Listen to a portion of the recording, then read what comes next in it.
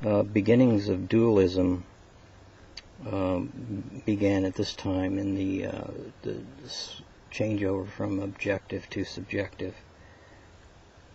He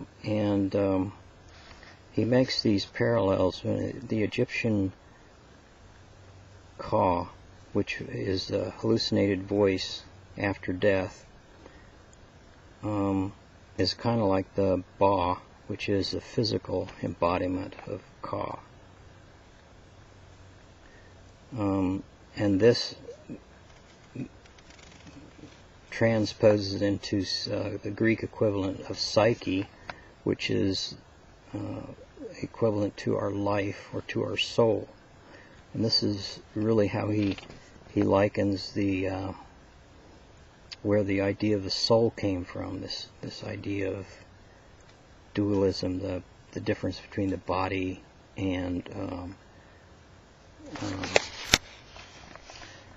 the soul. It really was born out of a wrenching semantic dislocation, where the soma is the body and the soul is the mind. This really came about at that same time. So around 500 BC, Jaynes says the psyche and the nous coalesces into conscious subjective mind space. And he talks about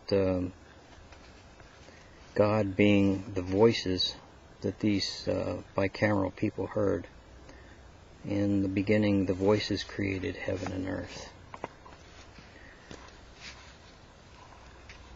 And then he gets on farther into the quest for authorization. After the coming of the conscious mind, phase 3, subjectivism, these voices started disappearing, became farther and farther away from us, and so they had to have oracles to reinvigorate, like the Oracle of Delphi, which is probably the most famous, but there were many other, Ptoa, Boeotia, Branchidae, Patara in Asia Minor, Claros, Acasesium, Pan, and Ephesus is Artemis, Dodona was Zeus, Argos, Lebedia, many oracles. Then he talks about how any anti-environment like art, music, painting, pottery, poetry, can serve as a cue for an engagement of the general bicameral paradigm. Which is why in our age, this is where bicameral really lives, is in art. And then he talks about negatory possession, where people who are possessed demand to be worshipped. And this kind of gets into the concept of paying of tribute, where these people strongly, passionately believe they need to be worshipped. And you see this today in a lot of places, in politics and really all over in art, the art world, entertainment. It's pretty pervasive throughout our society today still.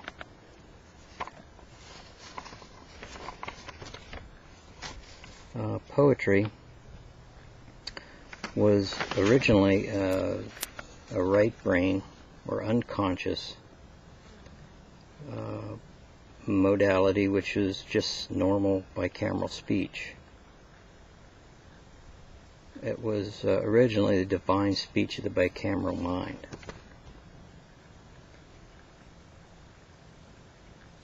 And he gets into the idea of consciousness being imitative of the gods and is jealous like the gods and will have no other executive of action before it, which is his idea of why we have the the bilateral emphasis today, where most of us are use our left brain for most of our functions like speech and writing and so on, and our right brain is mostly for other things like spatial orientation and things that we do mostly unconsciously.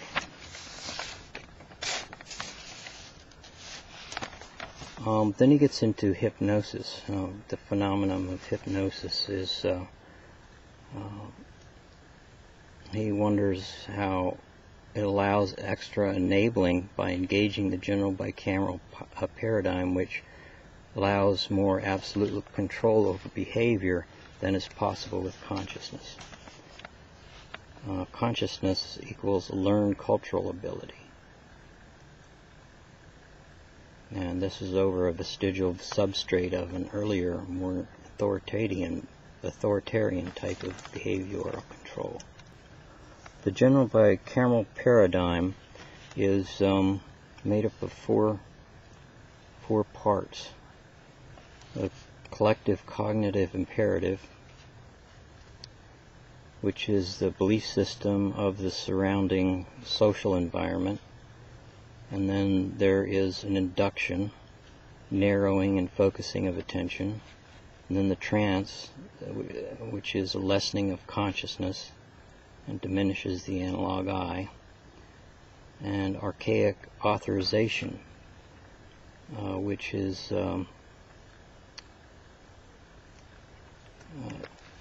where you have an authority figure. So these four things are really what allow hypnosis to occur, and there's a lot of different ways of hypnosis too. He gets into these a little bit, like it's not just the typical you're getting sleepy and all this stuff. It can actually take place in things like advertising and watching television and a lot of things we hardly even think about. But this idea of the collective cognitive imperative, which is the first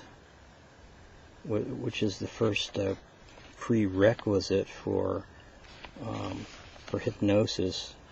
And it's the belief system that we have, and we hardly even think about it.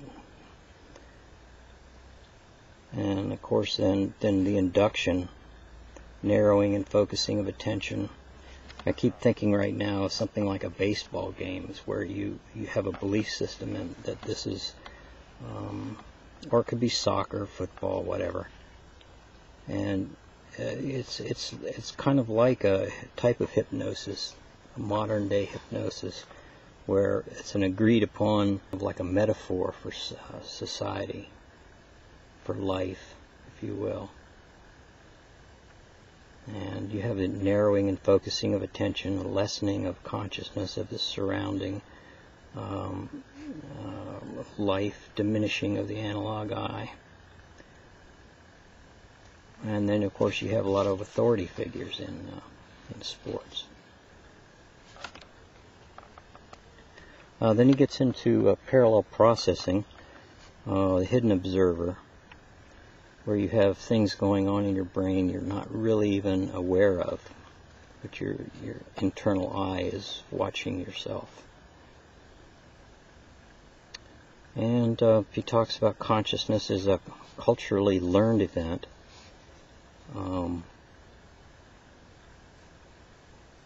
In other words, before you had writing and a lot of socialization, intense socialization in cities and towns, you really didn't have a type of consciousness that we have now, and all that was learned.